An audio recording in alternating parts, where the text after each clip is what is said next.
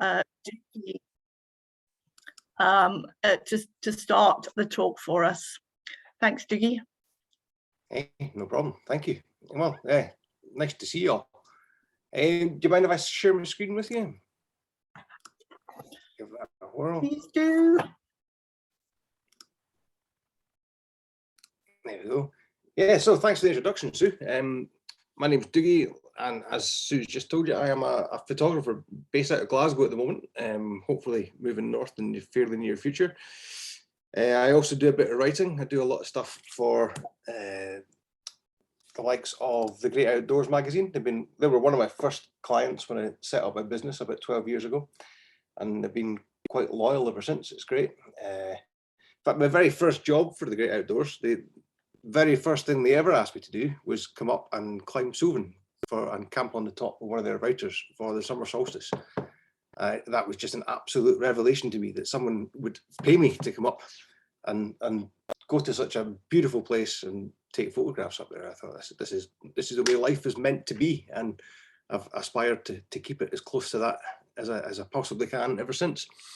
So I do a little bit of writing for them as well on occasion, not just the photography. Sometimes it's technical things, sometimes it's just stories about being out. This was a recent cover feature on an article I did about an attempt at a traverse of the Munro, the Munros just south of Glen Nevis, the Mamors. Not a successful attempt, but you know, sometimes you've got to go out and try these things, and sometimes it works, sometimes it doesn't. And sometimes when it doesn't work, it makes for a better story. I think my biggest project to date has been writing the photographer's guide to Scotland, photographing Scotland, for the publisher PhotoView. That was a 5-year project. It's meant to be 2 years, but turned into 5 because that's just the way guidebooks work. You know, the vagaries of Scottish weather, it doesn't make for an easy time when it comes to scheduling. And I think it was probably off the back of this project that I managed to win the contract to write the Walker's Guide to Coigach Assynt.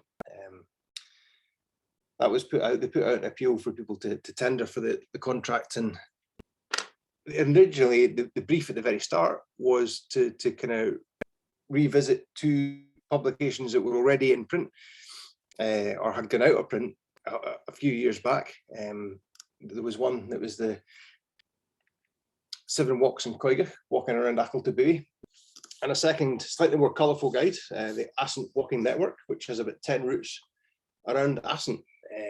Both absolutely cracking publications in their own right, but both of them are kind of very different, contrasting styles. So repackaging all the information and the routes and all the rest of it into a new publication wasn't going to be a particularly straightforward task. And when you get right down into the kind of nitty gritty of it, started looking at the practicalities of it all, as much as a fantastic guides, the likes of the Coigach guide, really interesting reading, very well written, but not always the easiest thing to find the information you want. And some of the mapping was great for what it was, and probably pretty cutting edge at the time the guide was written, but maybe it wasn't as easy to use as you would expect in a modern walking guide.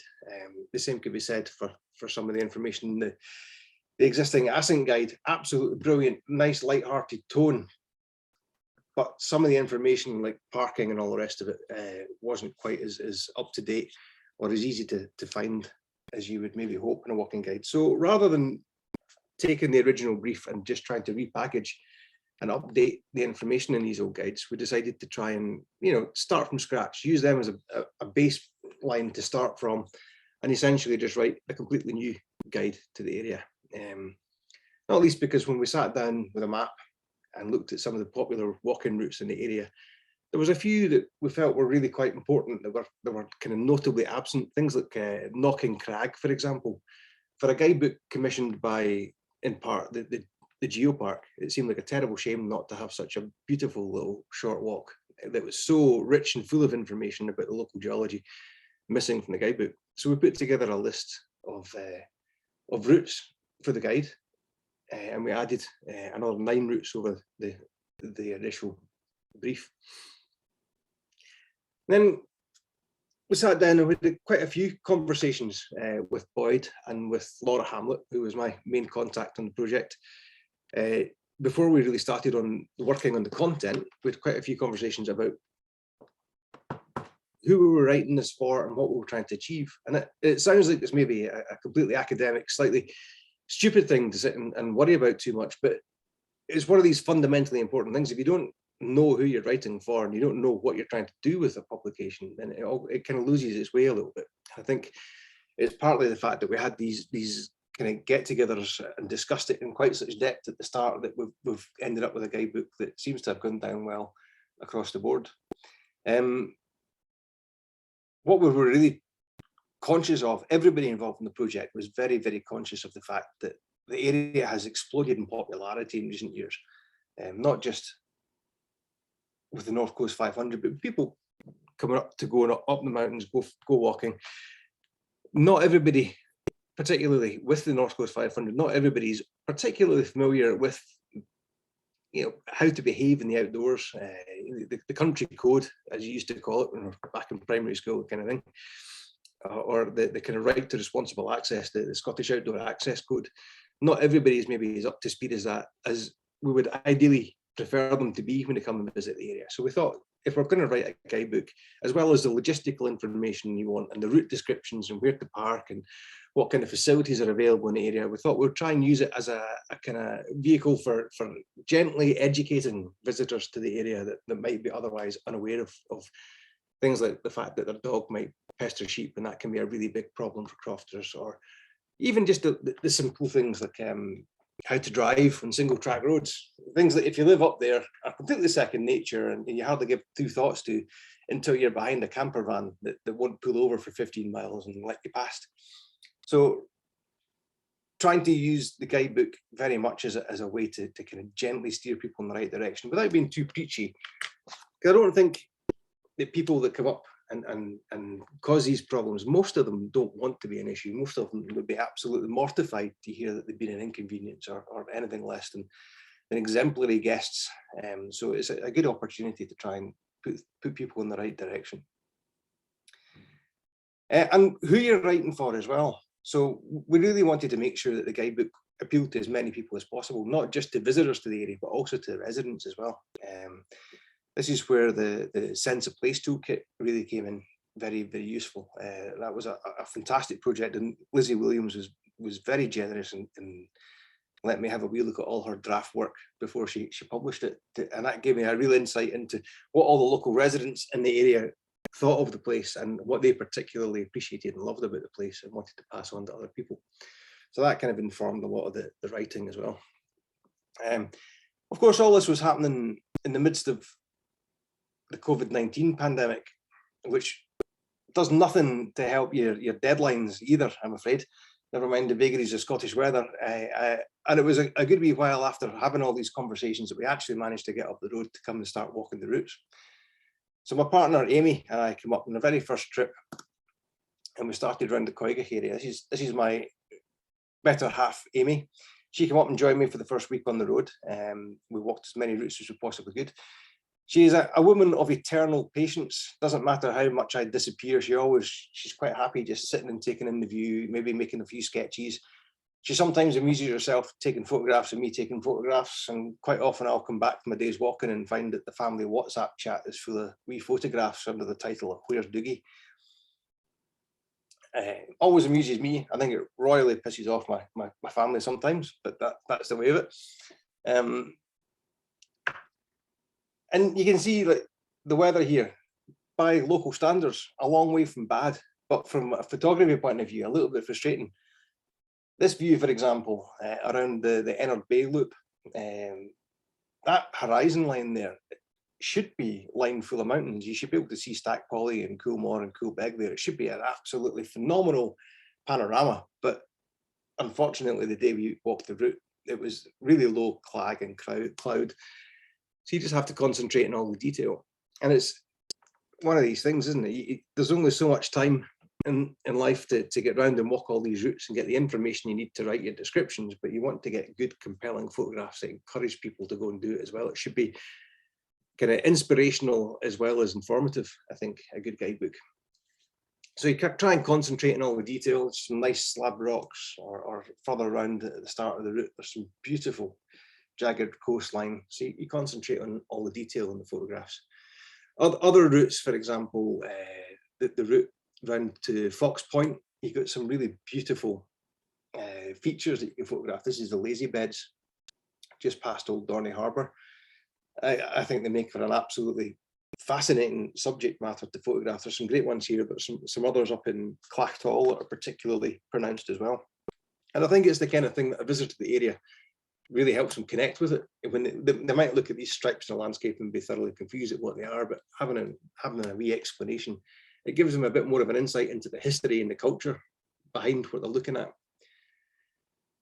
I think the walk to Fox Point, I think that was one of the highlights of that trip for me. It was a beautiful, beautiful route, fiercely windy, but it was absolutely brilliant. And the wee bothy out at Fox Point itself was just an absolutely beautiful structure. I think I put this photograph in this evening as a perfect example of just how quickly a publication can go out of date.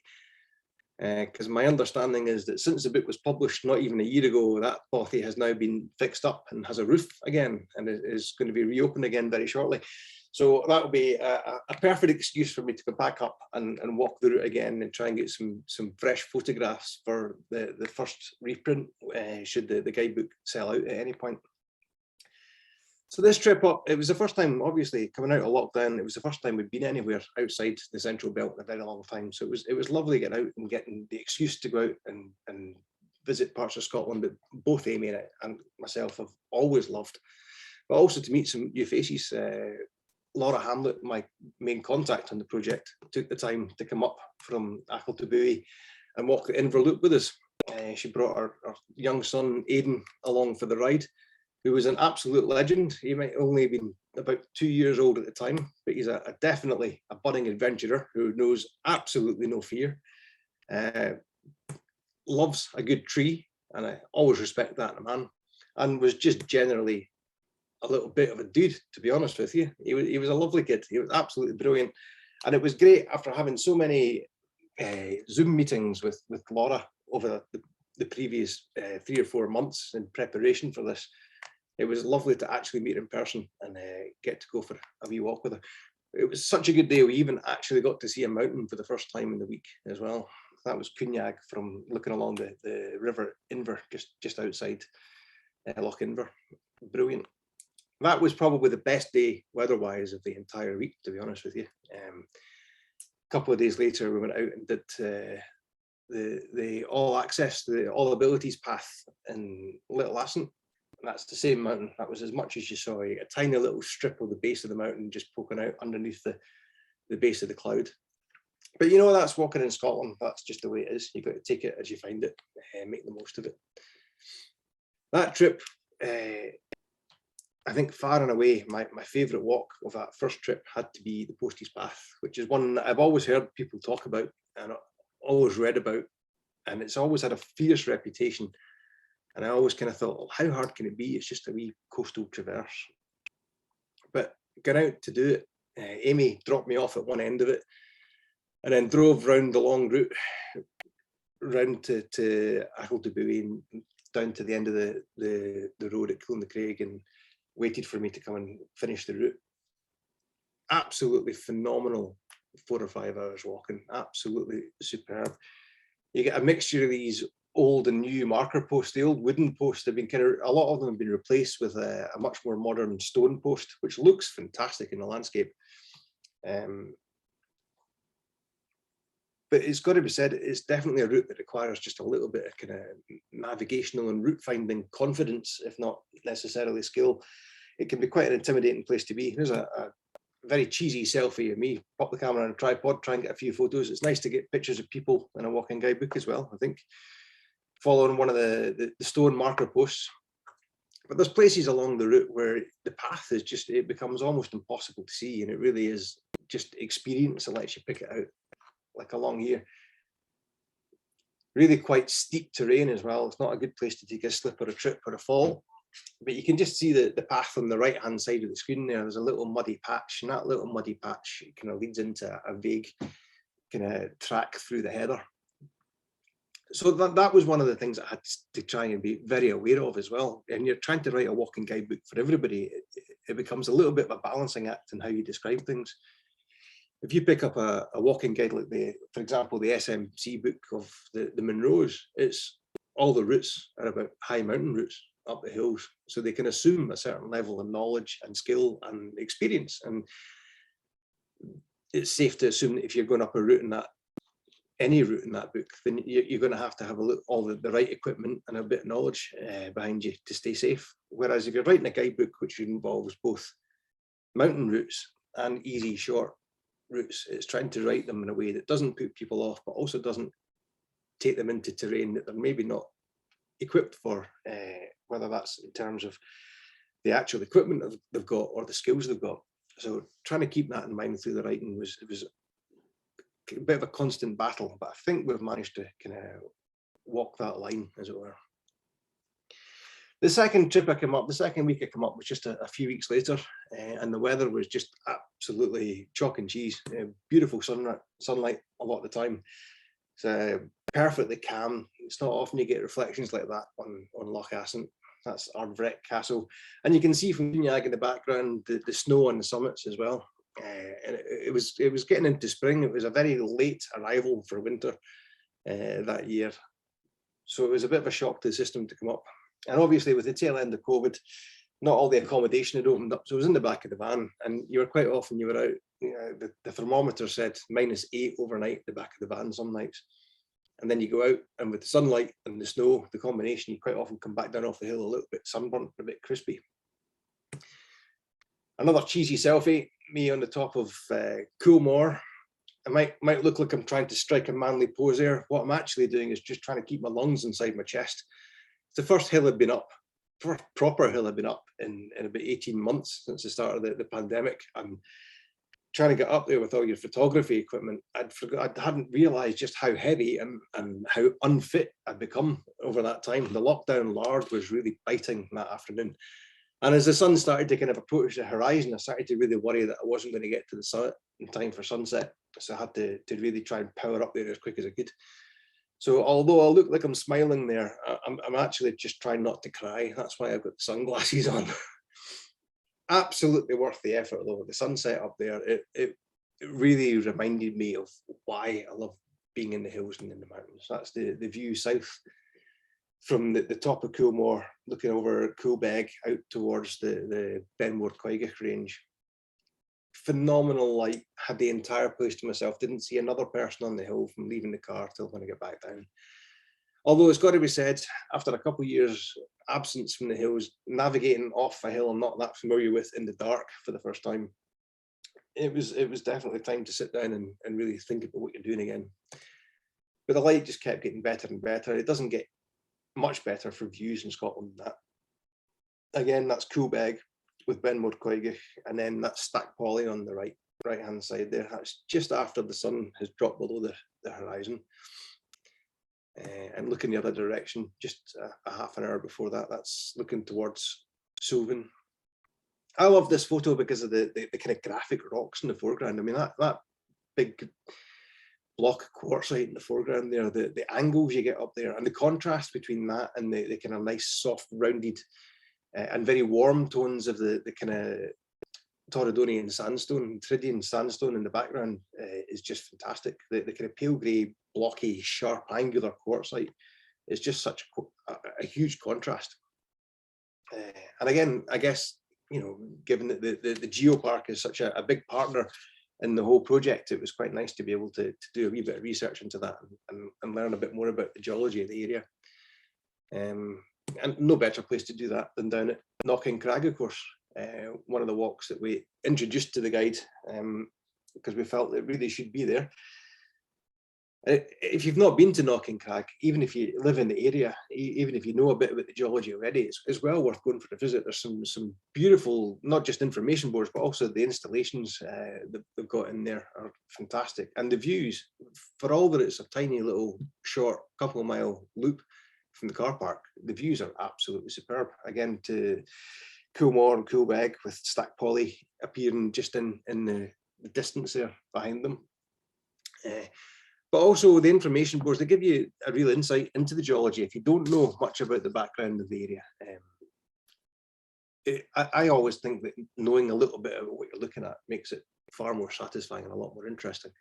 And they'll take you right down into the old quarry where you can see examples of the pipe rock. So that pink rock there is just another kind of quartzite, and then the white stripes in it, the white vertical stripes in it, that's basically a fossilized worm burrow. That quartzite was laid down as a kind of silt back when the area would have been kind of under a shallow sea, and the white stripes would have been worm burrows, exactly that you'll find on the shore on the beach today, and they've just been frozen there in time forever. And looking at that and understanding that, I think it blows my mind. That, I think, for me personally, was one of the most satisfying things about the entire project, was being able to learn so much more about the geology. And Laura was great talking me through some of that in that first meeting on the first trip, but on the second trip out there, I got the opportunity to spend a day around Clachtall with Pete from the Geopark, Pete Harrison. Now, I didn't realise it at the time. In fact, to my shame, I didn't even realise it until after I'd met him, that I have had one of his books sitting on the shelf in the house for years. And at the time, I didn't realise he'd read it. I was quite embarrassed when I found out, but he was phenomenally generous with his time and exceptionally informative.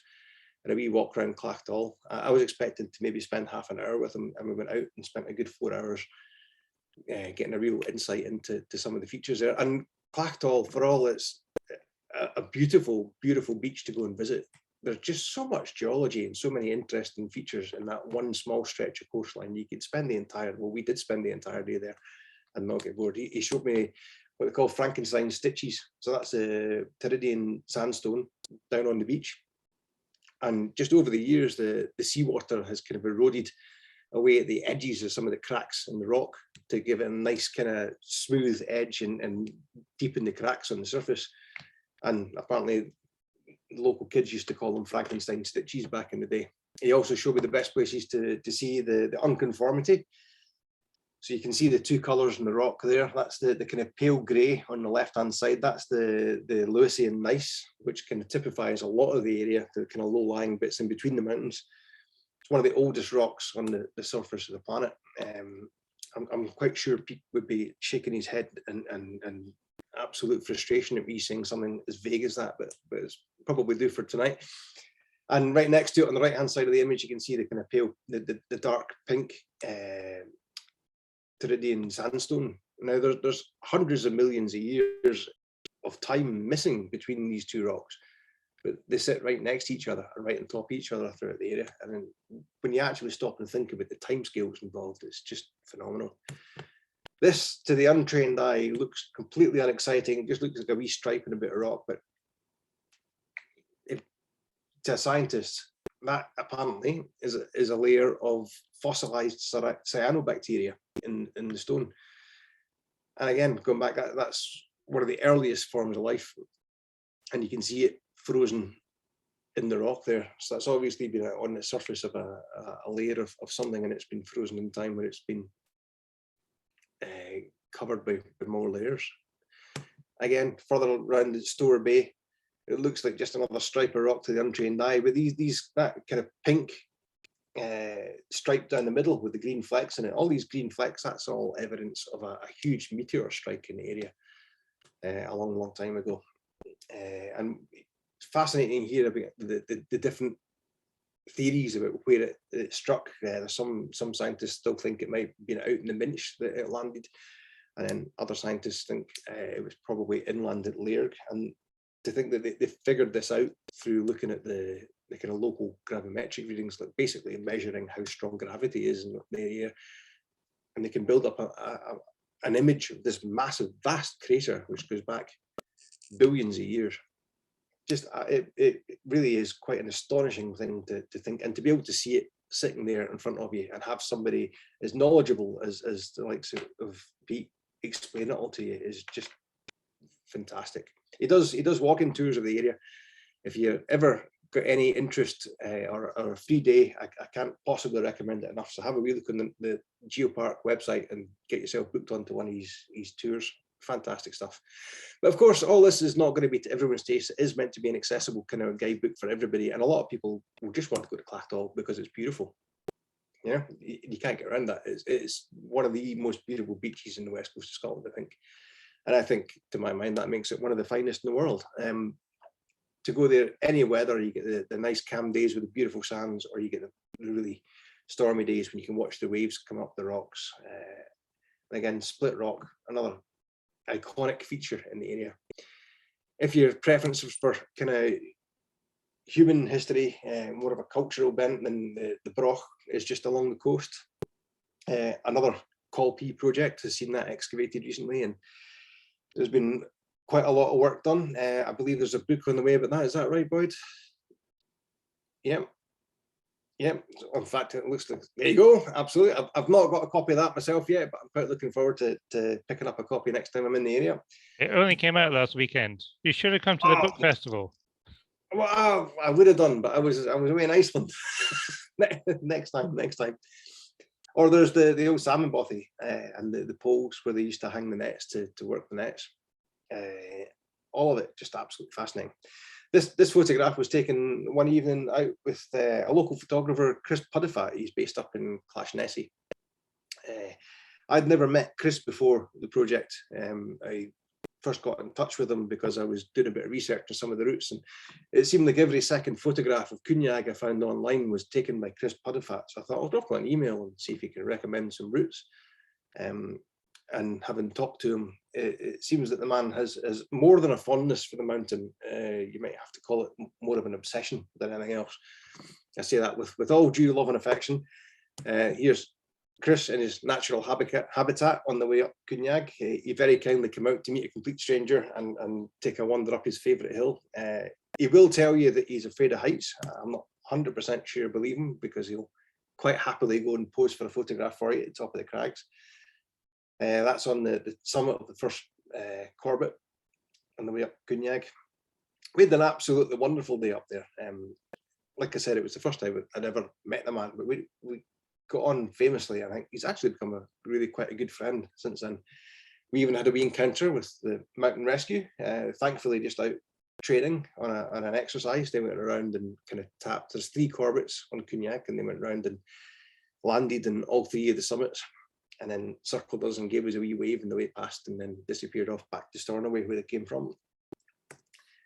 And it was great, not just for Chrissy's chat and getting to know him and his expertise about Coigach. I don't think anyone knows that hill better than him, but also to be able to get some photographs of Chris in action on the hill. Because when you're out on your own, you can take some great landscape photos, but I think for a walking guidebook, it's always nice to have images of people, in situ, walking the routes. It always makes things a wee bit more personal and a bit more relatable. So it was good to get some photographs of Chris, and it was very nice of him to agree to let me use them. Other times when you're out walking yourself, it really just came down to picking likely candidates on the hill and taking their photograph. Would never dream of doing that without their permission, but if you stop and sit and wait and talk to people when they catch you up, say, hey, look, I'm out here researching some routes for a walking guidebook, would you mind if I take your photograph and maybe put it in? So this was a lady from the East Coast near Inverness, was over with her son on Benmore Coigach, and they were quite happy to walk back and forward along the ridge whilst I took a few photos. Likewise, there was another group. I loved this group out on, this is the ridge between Conneval and Benmore Assynt. And I saw them coming from half a mile away, and I just happened to be at quite a nice point in the ridge for taking a photograph. So I sat and waited for them to catch up and said, look, you guys have got the brightest clothing on the entire mountain today. I'm writing this guidebook. Would you mind if I take some photographs and use your photos? And you know what? They were absolutely game for it. They even came round the corner 2 or 3 times so I could get the photograph right. They were brilliant. And I took, obviously, they were happy to do it, and they were all quite amused. I think it was probably just a good story to tell over a pint afterwards, but I took everyone's addresses and I made sure that I sent them a copy of the guidebook in the post afterwards once it was finished. So in this photo, there's Lizzie Williams. Lizzie wrote the Sense of Place toolkit. next door is Shoris Burnett. He did the Signage project for CALLP. Both of them were exceptionally generous in sharing all their research that they'd been doing with me, so that I could cherry pick the information that was relevant for the walking guide and use that. They didn't just save me countless hours in researching things myself and kind of reinventing the wheel, but they without a doubt sent me information that there's no way I would have had access to without their generosity. So that it was just absolutely superb. And of course, there's the likes of Tim Hamlet. He's on the local Assynt Mountain Rescue team. I think he's actually now the team leader, but he's also a very talented photographer. He was very generous and letting me use some of his photographs in the book. Tried to use as many photographs from local photographers as I could, because it is, you know, the whole thing about CALLP was it's very much a community project, and I think the more people we could involve in writing the book, and the better, really. So we tried to use as many local photographers, as much local talent as possibly could. Unfortunately, most photographers sent photographs of the same routes, just because that's the nature of photography. Sometimes you end up in the honeypot location, so it maybe didn't get to use quite as many as I'd hoped, but it was definitely nice being able to reach out and contact folk and say, you know, would you like to submit someone? So that was quite satisfying. But the photography as well, it's not just about the routes. You know, you got all the introductions to the book as well. So things like this classic view of Suvan. It's not taken from a walk in the book, but I think, you know, if you put that in the book, it's definitely something that appeals to visitors. And it's the sort of thing, if you pick up a copy of the book in the Cayley place or something, you're like, oh, Suvan, that looks pretty good. I wouldn't mind a wee day up that. And it's definitely the kind of thing that encourages people to stay in the area for a bit longer and explore a bit more. Likewise, this would be Coigach, taken from out on the west coast. Not the kind of standard view we get. So hopefully that's the kind of thing that would appeal to folk that maybe know the area a little bit, but might be looking for an alternative to the kind of standard walks. And again, you get the view of all the mountains lining the horizon. I think that's one of the things that makes Coigach and Assynt so special to me, is that it gets away, so it's so different to the kind of stereotypical view of Scotland of the kind of hills and glens, which can feel a little bit claustrophobic afterwards. You come up to Assynt and you get all the Eiselbergs, the island mountains. It just feels so much more open, and there's so much more space, and I just think it's one of the finest landscapes of Scotland. And I think being able to sit somewhere like here, this is taken from the Air de Coigach, and look at all the mountains lined up along the horizon, just feels it's an incredible sense of freedom. I think same mountains. This is from the Dougie Cunningham round. That was a route that I had never walked before. I've been up Benmore Coigach a few times and up the Fiddler a few times, and taken photographs from there on a couple of different occasions. I'd never done the Dougie Cunningham round, and in all fairness, I probably never would have if it hadn't been in that original 7 Walks in Coigach guidebook, and being kind of almost forced to go up it because it was in that book. It was an absolute revelation to me. The view from that first hill was just phenomenal. One of the best views in the area, and it's definitely somewhere I'll be returning to take more photographs of again in the future. Likewise, the route that's described as the Paulby and Peat Road, if you go up the hill next to that, it's one of the kind of extensions that's offered in the book. You get this incredible view over the Summer Isles. Now, this photo isn't in the book because I took it after it was published. There's a kind of near analogue of it, but you'll find that the colours aren't quite the same because it was photographed in winter. Maybe I'll substitute in this new version because it was a perfect sunset and much better weather conditions than I encountered when I was researching the book at the time. But I would never have found that spot if it wasn't for the fact I was out researching this book and had that original 7 Walks in Coigach text to kind of follow and try and refine. An absolutely fantastic place. So yeah, it's amazing what you find when you go out and do these things. And a lot of time you go out and you'll do a route and you maybe have to go back and do it again to get the photographs. So you'll do a route and you maybe think, well, we've only got so much space, so we'll maybe give that one a miss. But there's other times you'll find something you maybe didn't expect to get quite so much out of, but which you absolutely fall in love with. And that was definitely one of these occasions for me, I think. So yeah, after all that it was said and done, it all really came down. Once you've walked all the routes and you've taken all your voice notes whilst you're out on the hill, and you get back home and you type up all your notes and you process all your photographs and all the rest of it, and you send it off to get proofed. Then it comes time to start putting the actual guide together. I will not bore you too much with the mechanics of all that. It really just comes down to a lot of work in InDesign, a desktop publishing program, which is not something I had done a huge amount of in the past, to be honest. I've dabbled with it. I publish my own calendar every year, so I got some of the basics, but doing a full book layout with this was a bit of a step up in terms of skill level for me. It took a lot of research. I was very fortunate to have a couple of folk that I could ask for help on occasion. And in all honesty, it's the kind of thing that I would have probably sent out to somebody else to do for the project if it wasn't for the fact that all my work had dried up with the pandemic. So as much as that meant I had no cash, it did mean that I had a lot of time and I could invest that time in kind of upskilling. So I used the entire project as a good excuse to learn some new skills.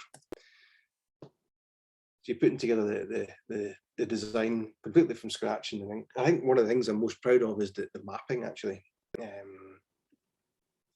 It was tempting to go with an OS map and just kind of overlay the information on an OS map from somewhere licensed that, but in the end we decided to start completely from scratch, and we used Ordnance Survey data, but we built up the maps through a program called Coigach. And you can color and style and decide what information goes on it. Turns out that there's a huge number of conventions when it comes to making maps, which I was previously unaware of as well. This was another huge learning curve. Just little things like when you're labeling your contours, the numbers should always face uphill. Little things that subconsciously I was probably aware of, but never really fully cognizant of. So yeah, I think learning to do the mapping was probably one of the most complex things. I think I spent about 3 weeks just learning how to do that. Never mind actually getting started on them, just puzzling out the mechanics of putting the maps together. Something, again, I would never have had time to do if it wasn't for the fact that the pandemic had removed most of the work from my diary at the time. But it's been fantastic.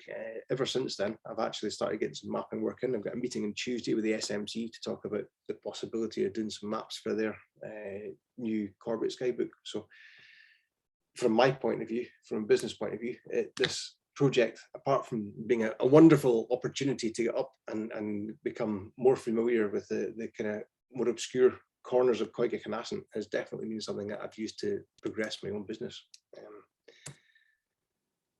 So once you get the maps out of Coigach, you take them into Illustrator and you add all your notes and your labels and all the rest of it. It was a phenomenally complicated and involved process, much more so than I think I really fully appreciated when I started.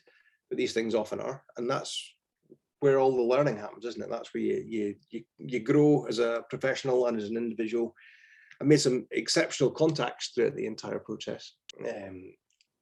Some new friends that I think will be lifelong friends, and in the end, came out with a book that I'm actually really quite proud of.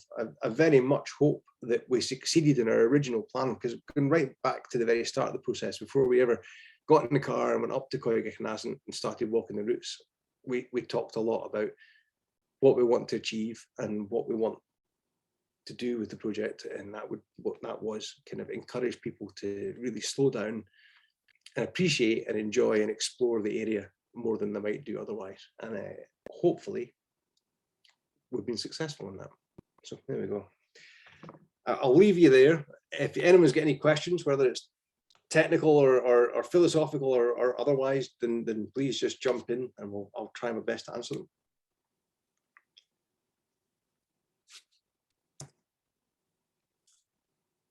Well, I think you're still on mute there, Sue.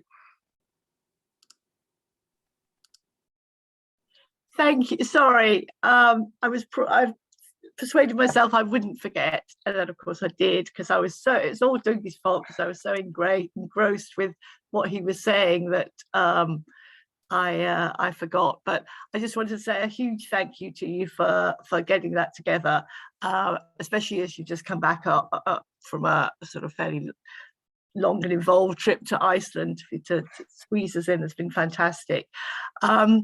Hopefully there'll be some questions for you. What I was going to ask people to do was to just, if you wouldn't mind, if you've got questions, if you wanted to put them in the chat, and then I can read them out to Dougie, and we can take it that way. We're aiming to finish sort of in the next sort of half, 3/4 of an hour, so we've got a reasonable amount of time if people would like to ask some questions about it. And just before we do that, just in case anybody wants to disappear in the meantime, if you've got other things you need to go on to, just to say that the book, the Coigach Assynt Walker's Guide, and a lot of the other books that Dougie mentioned are available online or locally around the Coigach Assynt shops and bookshops. Details of all the books, including this one, are available on our own website, the Coigach Assynt Living Landscape Partnership website, and there's a special page called Books and Guides. If you go onto that page, you will be able to find all the links to things that are available online or where the books are available otherwise. So hopefully that will help. Without further ado, we've got some questions, and Boyd's asking, Dougie, did you process the photos with software before? Oh, it's just disappeared. Yeah. Before including the images. Yeah, I mean, I think every photographer does that. I didn't change anything in the landscape, so I've never photoshopped out a telegraph pole or a bin or anything like that, or moved anything around. But yeah, you get your files out the camera. I always shoot in RAW, which is a bit like a digital negative. So you take it into Lightroom and you kind of process it up in there. But I've tried to remain fairly true to the place. Hopefully they're not too garishly processed or anything like that. But yeah, I processed them all individually. I didn't process anyone else's work though. So when I got submissions from other photographers, there was about 6 photographers all submitted photographs for use in the book. They're all listed at the back end of the book, along with their websites and their kind of social media. If they've got an Instagram profile or anything like that, that's all included at the back of the book. So when they submitted photographs, I would never change any of their work, so that they're all included as they were sent. Seeing you asking the sense of place toolkit, that was still a work in progress when I started in this project, and it's been published since, I understand. The sense of place toolkit, it was very much a community project that was designed to see, my understanding of it was to see what people in the area really related to, what their kind of hopes and aspirations for the area and for business in the area were over the next few years. So how they would like to engage with people coming to the area, how they would like to promote it, what they value in it, what they think could be better in it. But it's not just aimed at local residents. It's also meant to appeal to people outside the area as well. So it's also meant to encourage people to come in and to visit the area, to give people that are visiting the area a bit more of a deeper understanding about the history and the culture and the landscape, really. So it's a bit of a kind of, yeah, toolkit, I think, is probably the most important word in the title, really. It's there for, if you've got a small business in the area and you want to promote it, you can go online and you can download resources, whether that's imagery or text or information, to help you, if you've got a bed and breakfast, for example, to promote the area around you and what facilities are there. So, yeah, I'm not sure I've made that any clearer at all. I'll just add one or two just things to it, Dougie, just to say that it's an online resource to start with. The link to find it is again on our website. People can go and see it, and exactly like you said, then once you get onto the website, there's loads of information. There's photos that people can download as well, images, that kind of thing. available to download, but it's not been published in sort of hard copy form, but it's all there online for people, whether or not you're local or not. And then there's a question from Stephen that says, how did you find a publisher? We didn't really, as such. We published it ourselves, so it's kind of self-published. I mean, the publisher traditionally, when I got the publisher for the Photographing Scotland guidebook, I mean, that was somebody I sat down with and signed a contract to produce the book. I gave them all the content, I gave them all the photographs and all the writing, and they then did the layout and all the maps, and then they printed it and they handled the distribution and all the rest of it. But in this case, it was a very different ballgame. So I did the layout, I did the maps. I went out and found a printer.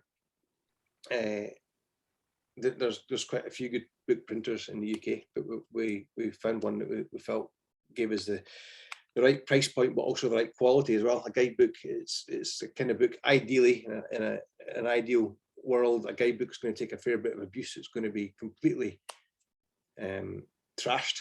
A guidebook that's done its job is one that's constantly chucked in and out of a rucksack and handled and manhandled and mishandled. So we went with somebody, not necessarily the cheapest quote, but the one we felt was going to give us a product that was going to stand up to that kind of heavy usage. And also one that was going to help us with the biggest issue really is registering your work as well. So if you put an ISBN on it, you have to register it with the British Library and send them, I think it's 6 reference copies. So the printer we went with handled that side of it for us. But really, it was essentially self-published.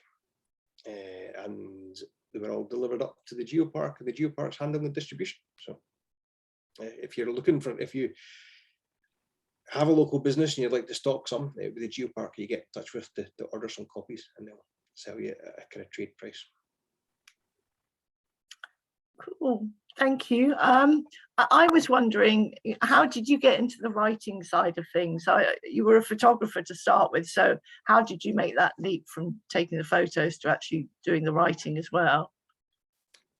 Slowly and a little bit by accident. That was one of these things I had no intention of doing when I set up my business 12 years ago, and it's kind of gradually kind of crept in around the edges. So I started off by doing a few articles for the Great Outdoors magazine, and then writing the occasional article for like photography magazines or newspapers to accompany kind of photographic pieces. And then when I got the contract to write the Walker's Guide, the Photographing Scotland guidebook, that was when I started having to really make more of an effort.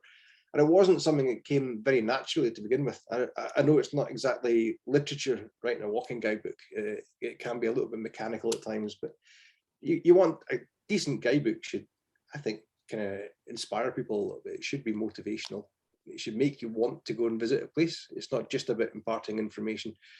It should kind of engage the imagination a little bit. So trying to do that, I don't know if I always manage it, but it's definitely something I always try to do.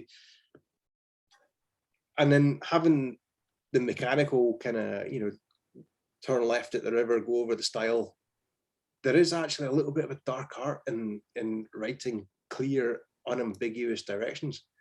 Not everybody is good at it, believe it or not. I know that sounds very egocentric to say that, but I think it's something I'm actually quite good at. I think that's maybe because I have a science background. It's learning to take a step back and reread your work and you're writing and think, is that completely unambiguous? Is it, and picking out, when you're on the hill, being able to pick out features and descriptions of where to change direction or whatever, it takes a bit of practice. There was a few things when I did that Photographing Scotland book that I had to go back and revisit in retrospect when I got home, and in the cold harsh light of day realised that my directions weren't quite as clear as I'd hoped, and that was definitely a bit of a learning curve. So having that project under my belt before this one definitely helped make this a much smoother experience on this project. That's really interesting to hear. Thank you. And then there's another question. It says, it doesn't look like you used a drone. Would you use a drone for photography in future? I actually did use a drone. Yeah, I did. And it makes me quite happy that you don't think I did, because I don't think drone photos always have to be taken from really high up or looking straight down there. I think sometimes the best drone photos are those occasions where you maybe just wish you were about 10 feet taller because you can't quite get the angle you want for the composition. Things like the photograph I showed you of in the talk of the view over the mountains from the Dougie Quarry round, that was a drone photo, but it was only about 20 feet up. I just couldn't quite get the angle I wanted from the ground, so you put it up just a little bit and take it. Also, things like Clachdal Broch, that was a bit more of a classic point straight down type thing. It's a new thing for me. I only bought the drone at the start of the project. I justified it to myself by saying, well, I've got this guidebook to do. I'll pick up a wee second-hand drone and see how it goes. And if it's something I think I'm going to use, then I'll upgrade and invest in it. And if I don't, then I'll get rid of it. And I think it's definitely going to be a permanent part of the kit bag moving forward. They're a bit Marmite. Not everybody likes them. I think everybody likes the photographs, but not everybody likes them out on the hill. But I think it's like anything in life. It's all about the people using it. If you're just trying and be canny and considerate to everybody else around you, then you should be all right with it, I think.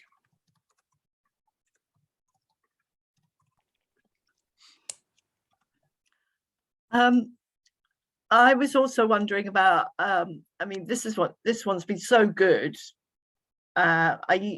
Would you like to write more like that? Would you like to sort of do different areas of the country or other places? Yeah, I'm actually in the middle of writing one to the Kinloch Bervie area. So still within the geopark area, but not part of the CALLP project because it's a little bit too far north for that. So that should hopefully be out for the spring in time for the kind of tourist season starting. The routes, I've finished writing all the information for the routes, and that's up with it's the Kinloch Bervie community company that's commissioned that. So it's up with them for proofing at the moment, and I'm going to be starting on the maps and the layout next week. I've also got another photography guidebook to write. So that Photographing Scotland book covered a huge area. I mean, absolutely vast. So it was kind of by necessity a bit of a kind of best of how, you know, all the kind of honeypot locations, a lot of kind of alternatives to honeypots as well for if they're too busy. But it didn't go into as much detail as I would have liked. So the publisher, we've had a chat, and we've split Scotland up into smaller areas and commissioned a wee team of photographers.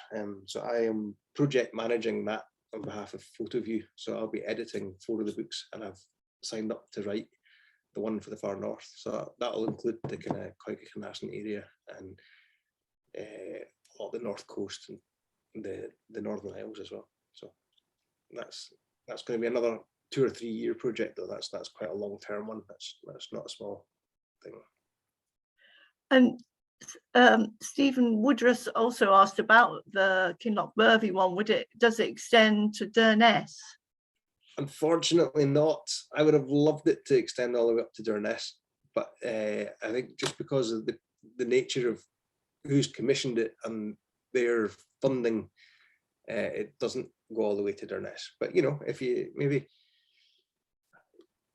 drop them an email or drop the geopark an email, because the geopark goes all the way to Durness, and if they wanted somebody to do a guidebook for up there, I could absolutely have my arm twisted.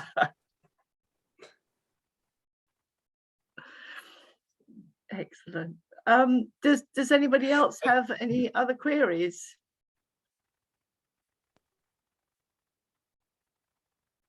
Oh, somebody says we're on it. Stephen says we're on it. I think you just got yourself some more work there, Dougie. But if anyone goes away and has any questions later on, then you can always find me through my website. Just drop me a wee email, and I'll try my best to answer any questions as honestly as I can, whether it's tonight or 2 weeks down the line, whatever. You know where to find me. Could you put your website address in the chat, or if I can find it? Oh no, I found it. I'll put it in the leadinglines.net. That's it. Or oh, there we go. Cool. There's my email address as well. And then we have another question now. Would you put more walks in a second edition? Yeah, absolutely. There's always a bit of a balance to be struck. it could be never ending. You could end up with a vast thing, but there's always a kind of deadline and a budget to take into consideration. Unfortunately, I wish that we had space to put in Coigach, for example. I think Coigach should really be in there, and if there's a second edition, I would love to have the opportunity to add it. There's also a couple of peat roads that I think would be really nice to add, a couple other kind of short, low-level walks that would be really good to put in. But it's never going to be fully comprehensive. I think it's one of the hardest things is knowing where to draw the line and just call it a day and say, all right, this is going to do for now. But hopefully it's enough to get folks started in the area and, you know, get them a proper introduction, maybe find something a wee bit different to what you would normally find in Loch Highlands, for example. It's an amazing site, Loch Highlands, but again, they can't possibly include everything. And the benefit of doing the Walker's Guide to Coigach Assynt being such a locally driven project, you know, folk were recommending routes that I would never have necessarily looked at a map and gone, oh, that looks brilliant.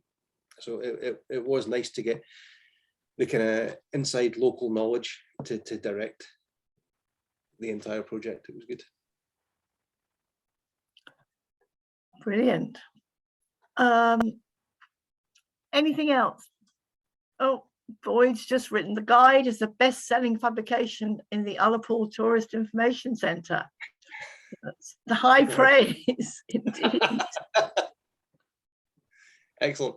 It's quite nice because the feedback's all been quite positive from everybody that lives up in the area, and was very conscious of the fact that, you know, you're recommending people go walking in the area. People, they've got their favourites and all the rest of it. So the fact that folk have there's been a few folk have reached out by email and said they've enjoyed it and they appreciate it. So that's been really quite gratifying because it was a lot of work. It was a lot of work, and it's great to see it's gone down well.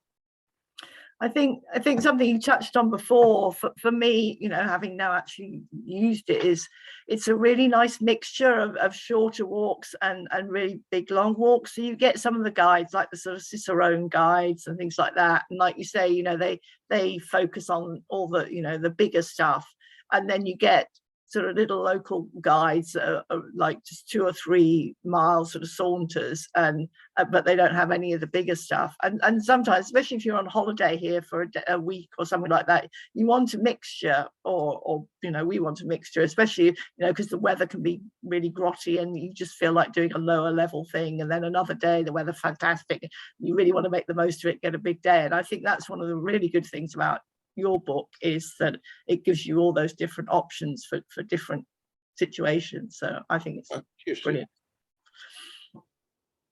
Yeah, thank you. I'm more of a night owl. often.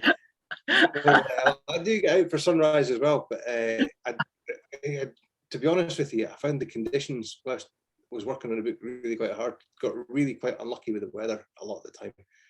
So a lot of the routes, yeah, had to just make do with what I could get. If I'm going to get up for a sunrise, it's going to have to be a good forecast.